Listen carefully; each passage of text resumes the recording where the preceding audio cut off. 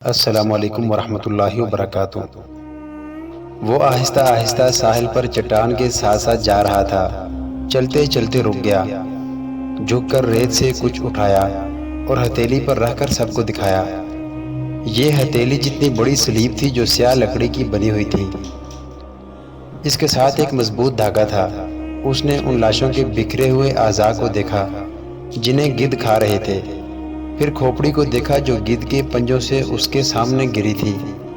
وہ تیز تیز قدم اٹھاتا کھوپڑی تک گیا۔ 3 گدھ کھوپڑی کی ملکیت پر لڑ رہے تھے۔ صلاح الدین ایوبی کو دیکھ کر پرے چلے گئے۔ سلطان ایوبی نے سلیب کھوپڑی پر رکھ دی اور دوڑ کر اپنے سالاروں سے جا ملا۔ کہنے لگا، میں نے سلیبیوں کے ایک قیدی افسر سے باتیں کی تھی، اس کے گلے میں بھی سلیب تھی۔ اس نے بتایا کہ سلیبی لشکر میں جو بھرتی ہوتا ہے اس سے سلیب پر ہاتھ رکھ کر حلف لیا جاتا ہے کہ وہ سلیب کے نام پر جان کی بازی لگا کر لڑے گا اور وہ روئے زمین سے آخری مسلمان کو بھی ختم کر کے دم لے گا۔ اس حلف کے بعد ہر لشکری کے گلے میں سلیب لٹکا دی جاتی ہے۔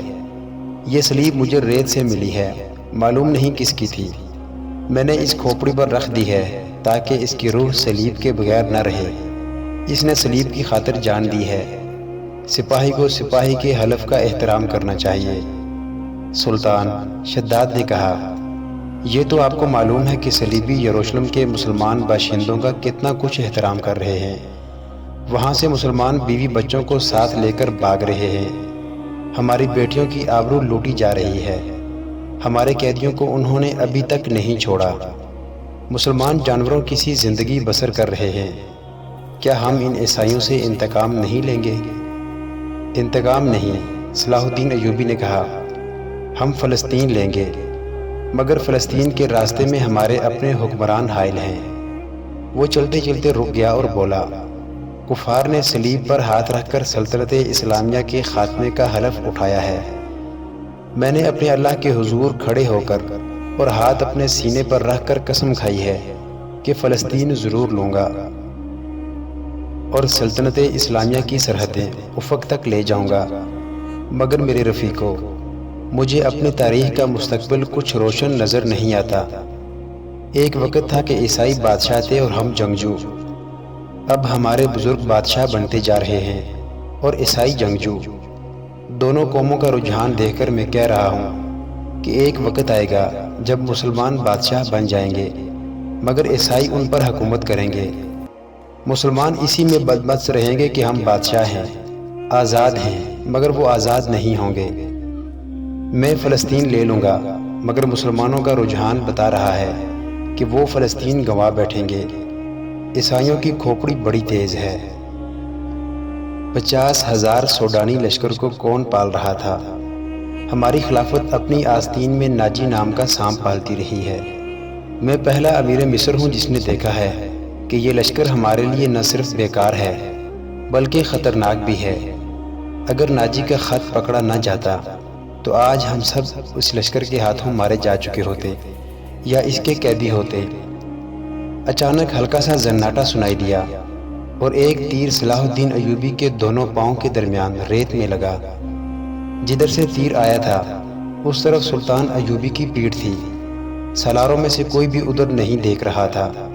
سب نے بدک کر اس طرف دیکھا جدھر سے تیر آیا تھا۔ ادھر نوکیلی چٹانیں تھیں۔ تینوں سالار اور صلاح الدین ایوبی دوڑ کر ایک ایسی چٹان کی اوٹ میں ہو گئے جو دیوار کی طرح عمودی تھی۔ انہیں توقع تھی کہ اور بھی تیر آئیں گے۔ تیروں کے سامنے میدان میں کھڑے رہنا کوئی بہادری نہیں تھی۔ شداد نے منہ میں انگلیاں رکھ کر زور سے سیٹی بجائی۔ محافظ دستہ پا برکاب تھا۔ ان کے گھوڑوں کے سر پر ٹاپو سنائی دیے۔ اس کے ساتھ ہی تینوں سالار اس طرف دوڑ پڑے جس طرف سے تیر آیا تھا۔ وہ بکھر کر چٹانوں پر چڑھ گئے۔ چٹانیں زیادہ اونچی نہیں تھیں۔ صلاح الدین ایوبی بھی ان کے پیچھے گیا۔ ایک سالار نے اسے دیکھ لیا اور کہا، سلطان آپ سامنے نہ آئیں، مگر سلطان ایوبی رکا نہیں۔ محافظ پہنچ گئے۔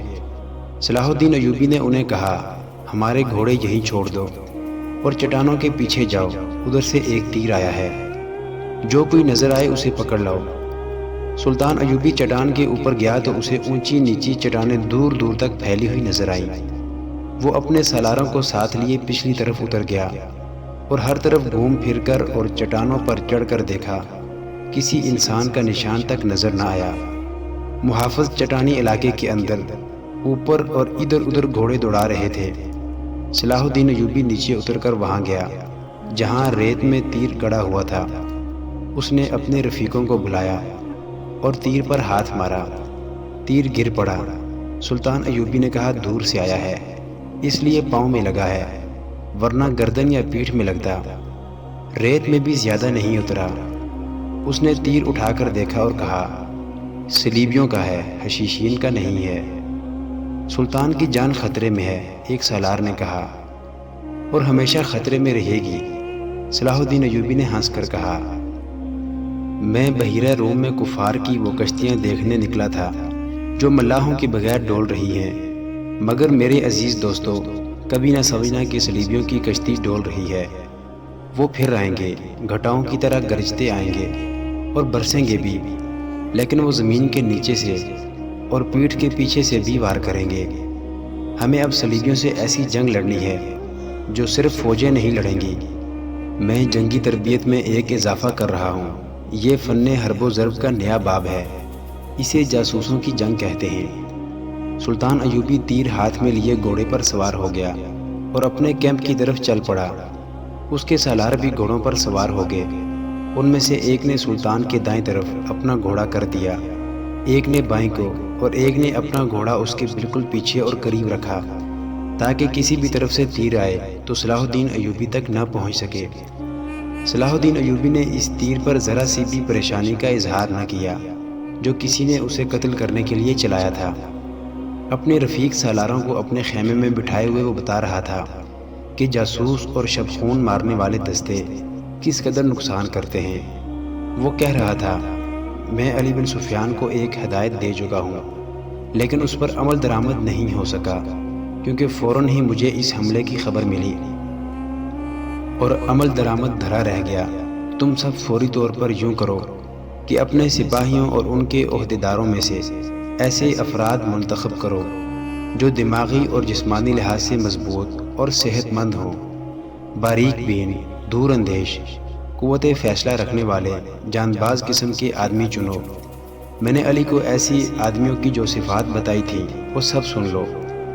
ان میں اونٹ کی مانند زیادہ سے زیادہ دن بھوک اور پیاس برداشت کرنے کی قوت ہو، چیتے کی طرح جھپٹنا جانتے ہوں، عقاب کی طرح ان کی نظریں تیز ہوں، خرگوش اور ہرن کی طرح دوڑ سکتے ہوں، مسلح دشمن سے ہتھیار کے بغیر بھی لڑ سکیں، ان میں شراب اور کسی دوسری نشہ آور چیز کی عادت نہ ہو، کسی لالچ میں نہ آئیں، عورت کتنی ہی حسین مل جائے اور زر و جواہرات کے انبار ان کے قدموں میں لگا دیے جائیں، وہ نظر اپنے فرض پر رکھیں۔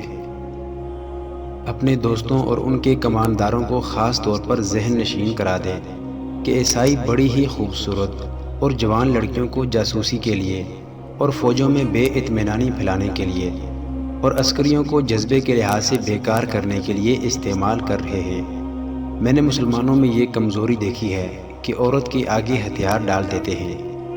میں مسلمان عورت کو ان مقاصد کے لیے دشمن کے علاقے میں کبھی نہیں بھیجوں گا۔ عصمتوں کے محافظ ہیں، عصمت کو ہتھیار نہیں بنائیں گے۔ علی بن سفیان نے چند ایک لڑکیاں رکھی ہوئی ہیں، لیکن وہ مسلمان نہیں اور وہ عیسائی بھی نہیں، مگر میں عورت کا قائل نہیں۔ محافظ دستے کا کمانڈر خیمے میں آیا اور اطلاع دی کہ محافظ کچھ لڑکیوں اور آدمیوں کو ساتھ لائے ہیں۔ سلطان ایوبی باہر نکلا، اس کے تینوں سالار بھی ساتھ تھے۔ باہر 5 آدمی کھڑے تھے جن کے لمبے چوغے، دستاریں اور ڈیل ڈول بتا رہی تھی کہ تاجر ہیں اور سفر میں ہیں۔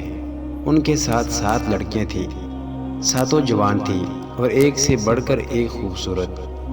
ان محافظوں میں سے ایک نے جو سلطان پر تیر چلانے والے کی تلاش میں گئے تھے بتایا کہ انہوں نے تمام علاقہ چھان مارا، انہیں کوئی آدمی نظر نہیں آیا۔ دور پیچھے گئے تو یہ لوگ 3 اونٹوں کے ساتھ ڈیرا ڈالے ہوئے تھے۔ کیا ان کی تلاشی لی ہے؟ ایک سالار نے پوچھا۔ لی ہے، محافظ نے جواب دیا۔ یہ کہتے ہیں کہ تاجر ہیں، ان کا سارا سامان کھلوا کر دیکھا ہے، جامع تلاشی بھی لی ہے، ان کے پاس ان خنجروں کے سوا اور کوئی ہتھیار نہیں۔ اس نے 5 خنجر سلطان ایوبی کے قدموں میں رکھ دیے۔ ہم مراکش کے تاجر ہیں، ایک تاجر نے کہا، اسکندریہ تک جائیں گے۔ 2 روز گزرے، ہمارا قیام یہاں سے 10 کوس پیچھے تھا۔ پرسوں شام یہ لڑکیاں ہمارے پاس آئیں، ان کے کپڑے بھیگے ہوئے تھے۔ انہوں نے بتایا کہ یہ سسلی کی رہنے والی ہیں۔ انہیں عیسائی فوج کا ایک کماندار گھروں سے پکڑ کر ساتھ لے آیا اور ایک بحری جہاز میں جا سوار کیا۔ ان کے ماں باپ غریب ہیں۔ یہ کہتی ہیں کہ بے شمار جہاز اور کشتیاں چل پڑیں۔ لڑکیوں والے جہاز میں چند اور کماندار قسم کے آدمی تھے اور ان کی فوج بھی تھی۔ وہ سب ان لڑکیوں کے ساتھ شراب پی کر عیش و عشرت کرتے رہے۔ اس ساحل کے قریب آئے تو جہازوں پر آگ کے گولے گرنے لگے۔ تمام لوگ جہازوں سے سمندر میں کودنے لگے۔ ان لڑکیوں کو انہوں نے ایک کشتی میں بٹھا کر جہاز سے سمندر میں اتار دیا۔ یہ بتاتی ہیں کہ انہیں کشتی چلانی نہیں آتی تھی۔ کشتی سمندر میں ڈولتی اور بھٹکتی رہی۔ پھر ایک روز خود ہی ساحل سے آ لگی۔ ہمارا قیام ساحل کے ساتھ تھا۔ یہ ہمارے پاس آ گئی، بہت ہی بری حالت میں تھی۔ ہم نے انہیں پناہ میں لے لیا۔ انہیں ہم دھتکار تو نہیں سکتے تھے۔ ہمیں کچھ سمجھ نہیں آ رہی تھی کہ ان کا کیا کریں۔ پچھلے پڑاؤ سے یہاں تک انہیں ساتھ لائے ہیں۔ یہ سوار آ گئے اور ہمارے سامان کی تلاشی لینے لگے۔ ہم نے ان سے تلاشی کی وجہ پوچھی تو انہوں نے بتایا کہ سلطان صلاح الدین امیر مصر کا حکم ہے۔ ہم نے ان کی منت سماجت کی کہ ہمیں اپنے سلطان کے حضور لے چلو۔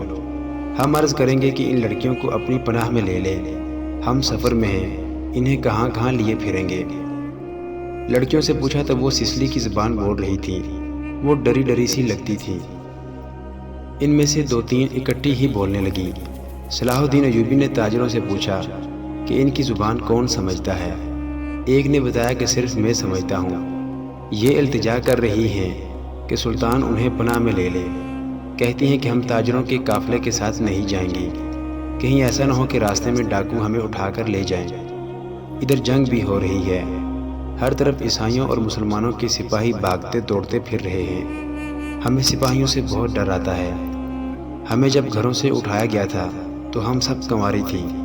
ان فوجیوں نے بحری جہاز میں ہمیں طوائفیں بنائے رکھا ہے۔ ایک لڑکی نے کچھ کہا تو اس کی زبان جاننے والے تاجر نے سلطان ایوبی سے کہا، یہ کہتی ہے کہ ہمیں مسلمانوں کے بادشاہ تک پہنچا دو، ہو سکتا ہے کہ اس کے دل میں رحم آ جائے۔ ایک اور لڑکی بول پڑی، اس کی آواز رندھیائی ہوئی تھی۔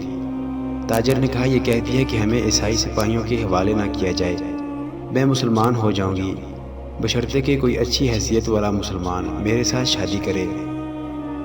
2-3 لڑکیاں پیچھے کھڑی منہ چھپانے کی کوشش کر رہی تھیں۔ ان کے چہروں پر گھبراہٹ تھی، بات کرتے شرماتی یا ڈرتی تھیں۔ صلاح الدین ایوبی نے تاجر سے کہا، انہیں کہو کہ یہ عیسائیوں کے پاس نہیں جانا چاہتی، ہم انہیں اسلام قبول کرنے پر مجبور نہیں کر سکتے۔ یہ لڑکی جو کہہ رہی ہے کہ مسلمان ہو جائے گی بشرطے کہ کوئی مسلمان اس کے ساتھ شادی کر لے، اسے کہو کہ میں اس کی پیشکش قبول نہیں کر سکتا، کیونکہ یہ خوف اور مجبوری کے عالم میں اسلام قبول کرنا چاہتی ہے۔ انہیں بتاؤ کہ انہیں مجھ پر اعتماد ہے تو میں انہیں اسلام کی بیٹیوں کی طرح پناہ میں لیتا ہوں۔ اپنے دارالحکومت میں جا کر یہ انتظام کر دوں گا کہ انہیں عیسائی راہبوں یا کسی پادری کے پاس بھجوا دوں گا۔ پادری یروشلم میں ہوں گے۔ دوسری صورت یہ ہے کہ جب عیسائی قیدیوں کو آزاد کیا جائے گا تو میں کوشش کروں گا کہ ان کی شادیاں قابل اعتماد اور اچھی حیثیت کے قیدیوں کے ساتھ کر دوں۔ انہیں یہ بھی بتا دو کہ کسی مسلمان کو ان سے ملنے کی اجازت نہیں ہوگی اور نہ انہیں اجازت ہوگی کہ کسی مسلمان سے ملیں۔ ان کی ضروریات اور عزت کا خیال رکھا جائے گا۔ محترم ناظرین، صلاح الدین ایوبی کی زندگی کے واقعات پر مشتمل سیریز دیکھنے کے لیے چینل کو سبسکرائب ضرور کر لیں۔ گزشتہ اقساط دیکھنے کے لیے چینل پر پلے لسٹ کا وزٹ کریں۔ ویڈیو کو لائک اور شیئر ضرور کیجیے۔ کومنٹ باکس میں نعرہ تکبیر اللہ اکبر ضرور ٹائپ کریں۔ اللہ آپ کا حامی و ناصر ہو۔